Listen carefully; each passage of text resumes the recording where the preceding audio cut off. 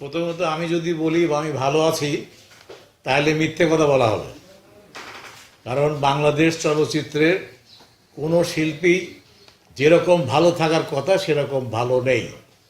অনেকে অনেক মিথ্যে কথা বলে যে সেরকম ছবি হচ্ছে না, তাই আমি করছি না। তাকে তো ন্যায় হচ্ছে না, ছবিই তো হচ্ছে না। এই জন্যে আমি বলবো না যে আমি ভালো আছি। তবে জীবনে এত ছবি করেছি, আল্লাহ রহমতে খাওয়া পড়ার কোনো অভাব নেই, তাই ছবি হলো কি না হলো সেদিকে আমাদের কোনো খেয়ালও নেই। তবে হ্যাঁ, ছবি এখন যারা বানায় আমার মনে হয় তারা নেশার কারণে বানায়, ব্যবসার কারণে বানায় না। নেশার কারণে বানায় এই কারণে, যেরকম আপনি ফ্যামিলি নিয়ে কক্সবাজার গেলেন, বেড়ালেন, ঘুরলেন, ফিরলেন, টাকা খরচ হলো। ঠিক এরকম এখানেও ছবি হচ্ছে, বানাচ্ছে। কারণ যে টাকা দিয়ে ছবি বানাচ্ছে তার সেই টাকা ওঠার কোনো সুযোগ নেই, কারণ সিনেমা হলই নেই। এক। 2 নম্বর, এখন ফিল্মের কোনো গার্জেন নেই যে ফিল্মের এই প্রবলেম থেকে আমাদের বের হওয়া যাবে কি করে।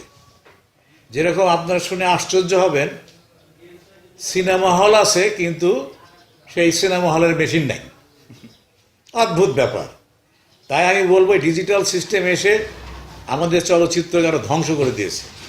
যদি আমরা ওই 35 ক্যামেরার মধ্যে দিয়ে ফিল্ম দিয়ে যদি আমাদের ছবি হতো, তাহলে গ্রামগঞ্জ পর্যন্ত সেই ছবি কিন্তু চলতে পারত, তাহলে ছবির ব্যবসা হতো। আবার অদ্ভুত নিয়ম, যে ছবি প্রযোজক ছবি সিনেমা হলে দেবে, সেই সিনেমা হলের মেশিন নাকি সেই প্রযোজককে ভাড়া দিতে হয়। আবার 3 টাকা করে সেই মেশিনওয়ালা কেটে নিয়ে যায় টিকিট প্রতি। এই যে অরাজকতা, এই সমস্ত অরাজকতার কারণে আজকে চলচ্চিত্র ধ্বংসের পথে। এই যে ডিজিটাল ফরম্যাটটা আসলো, সিনেমা হল ডিজিটাল হলো না, অথচ ডিজিটাল ফরম্যাটে ক্যামেরা দিয়ে ছবি করে ছবি বানাচ্ছে, এগুলো তো ছবি হচ্ছে না। 2, যারা মূল স্ট্রিমের পরিচালক না, তারা যে ছবিগুলা বানাচ্ছে সেটা সকালে ওঠে আর বিকালে নেমে যায়। সেটা ওই সিনেমাও বলা যায় না, নাটকও বলা যায় না, এটা কি, এটাই দর্শকদের এখন প্রশ্ন। এই সমস্ত কারণে দর্শকরা সিনেমা হল থেকে সরে যাচ্ছে। এখন আমাদের মাদার অর্গানাইজেশন হচ্ছে প্রযোজক সমিতি। এই প্রযোজক সমিতির সেই কর্মকাণ্ড নেই। কেসে কেসে তারা খালি এই নেতা হওয়ার জন্য খালি যুদ্ধই করে যাচ্ছে, আর এদিকে চলচ্চিত্র ধ্বংস হয়ে যাচ্ছে। এখন কথা হলো যে আমাদের জীবন তো পাড়ি করে দিলাম, কিন্তু দুর্ভাগ্য আমাদের যে আমাদের আগামী প্রজন্মের জন্য আমরা কি রেখে গেলাম, এই কথার উত্তর কিন্তু নাই। কিন্তু আমাদের উচিত আগামী প্রজন্মের জন্য ব্যবস্থা করে রাখা। যেরকম ইনস্টিটিউশন হয়েছে চলচ্চিত্র, কখন হলো যখন চলচ্চিত্রই নেই।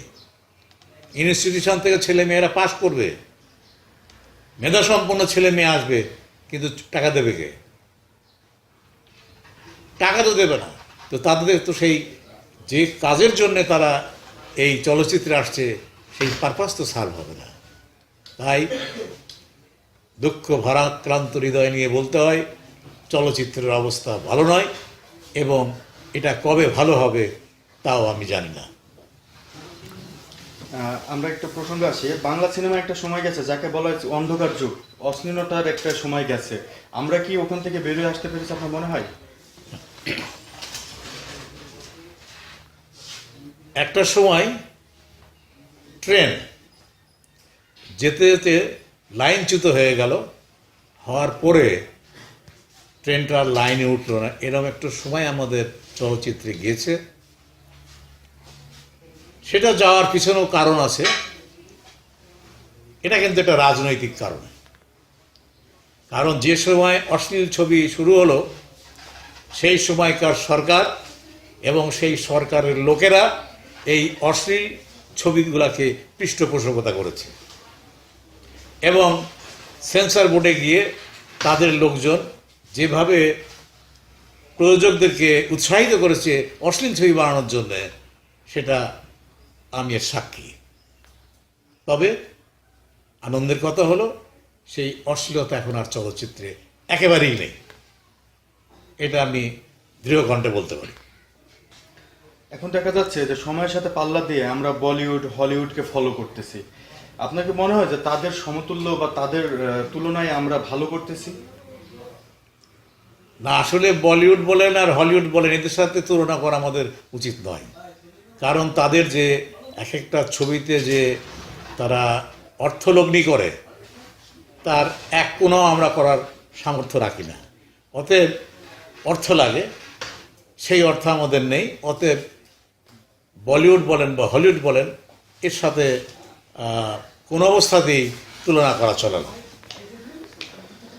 আপনাকে মনে হয় যে এপার বাংলা থেকে ওপার বাংলা দর্শকপ্রিয়তা বেশি? ওপার বাংলার সিনেমা এপার বাংলার সিনেমা কোনটাতে আপনার মনে হয় যে দর্শকপ্রিয়তা বেশি পাই?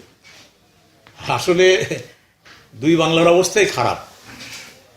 পশ্চিম বাংলার ছবিও সিনেমা হলে চলে না, আমাদের তো চলছেই না, আপনারা সবাই জানেন।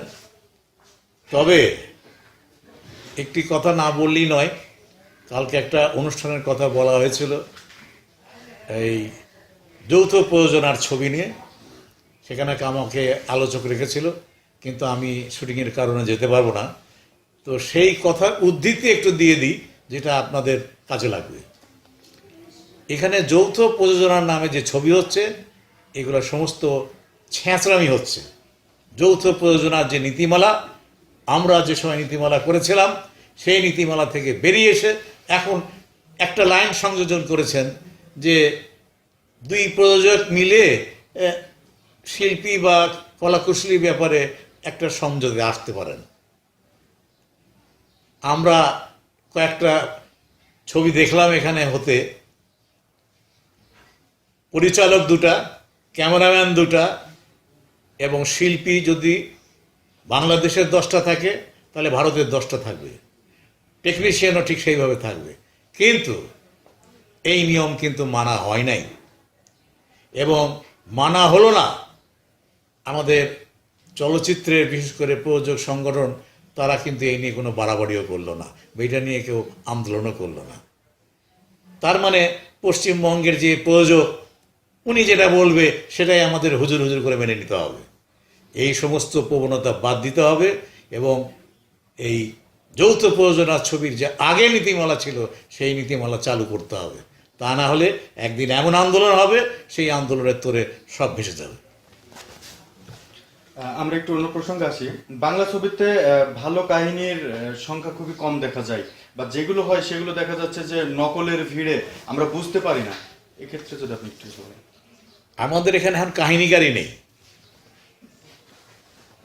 কাহিনীকার না থাকলে কাহিনী লিখবেটাকে? আগে মৌলিক গল্প নিয়ে ছবি হতো, ভালো ভালো কাহিনীকার ছিলেন, তারা ছবি বানাতেন। হঠাৎ করে দেখা গেল এই মৌলিক গল্প বানাতে গেলে সময় লাগে, মেধা লাগে, তো খামাখাই ওনার কাছে গিয়ে লাভটা কি? চলো ওই মাদ্রাজের একটা এই ম্যাথরদের গল্প আছে, ওই গল্পটাকে আমরা বাঙালিদের মতো করে নিয়ে ছবি বানিয়ে ফেলি। এইভাবে করতে করতে তো ছবির উপরে মানুষের এই বিতৃষ্ণা এসে গেছে। এর থেকে বেরিয়ে আসার উপায় কি বলে মনে করেন আপনি? এই সব কিছু থেকে বেরিয়ে আসতে হলে সবার সমন্বয়ের প্রয়োজন। এখানে সরকার থাকবে, এখানে চলচ্চিত্রের মানুষরা থাকবে, এখানে বুদ্ধিজীবীরা থাকবে। এইটা নিয়ে মত বিনিময়, আলোচনা, সেমিনার এগুলো করতে হবে। এগুলো তো কিছুই হয় না। এগুলো হলে তো একটা ওয়ে বেরোবে যে আমরা এই পথ নেই, আমরা এই পথ দিয়ে যাই। এত কিছুতে পরীক্ষামূলক হতে পারে, এই বিষয়ে কেন পরীক্ষামূলক হতে পারে না? আসলে কারোরই সৎ ইচ্ছা নেই। আমাদের অবস্থা খারাপ, আগামীতে আরও খারাপ হবে, এবং খালি আমরা মারা যাব, কিন্তু আগামী প্রজন্মের লোকরা আমাদেরকে জুতা পিটা করবে যে ওই লোকগুলা যারা আগে ছিল তারা আমাদের জন্য কি করে গেল। বাংলা সিনেমা দেখার জন্য দর্শক আকৃষ্ট করতে হলে কি পদক্ষেপ নেওয়া উচিত বলে আপনি মনে করেন? প্রথম হচ্ছে একটি পণ্য যখন বাজারে ছাড়তে হয় তার কিন্তু পাবলিসিটি লাগে, প্রচার লাগে।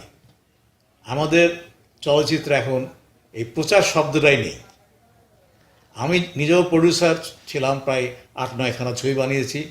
আমাদের এক একটি ছবি যখন আমরা মুক্তি দিতাম তখন এই পাবলিসিটিতে, আমি 94 সালের কথা বলছি, তখনই আমরা 22 থেকে 25 লক্ষ টাকা খরচ করতাম। একটা ছবি বা একটি পণ্য বাজারে আসছে, লোকে যদি নাই জানলো তো সিনেমা হলে যাবে কেন? আর সিনেমা হলের পরিবেশ চেঞ্জ করতে হবে। এই সিনেমা হল জীবনেও চেঞ্জ করবে না। যার মেশিনই নেই সে আবার সিনেমা হলের পরিবেশ চেঞ্জ করবে কী করে? আমাদের দেশে আমরা যতদূর জানি মোট সিনেমা হলের সংখ্যা 169টি, তার মধ্যে সচল আছে 60টি।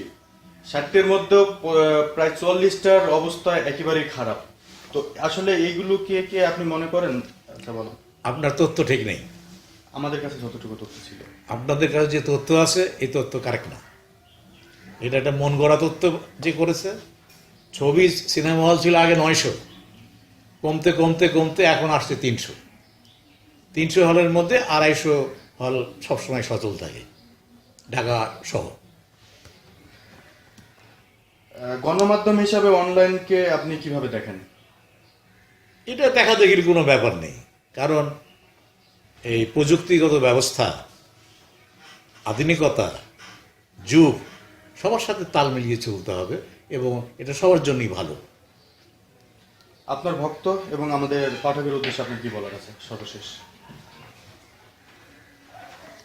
আমার বাংলাদেশে প্রচুর ভক্ত আছে, আমি জানি, কিন্তু দুর্ভাগ্য যে তারা সিনেমা হলে যেতে পারে না। সিনেমা হলের সেরকম পরিবেশ নেই, আমাকে অনেকেই বলে। 2 নম্বর, তারা যে ধরনের ছবি পছন্দ করে সেই ধরনের ছবি হয়তো আমরা বানাতে পারছি না। তারপরেও আমি অনুরোধ করব যে সিনেমা হলে যান।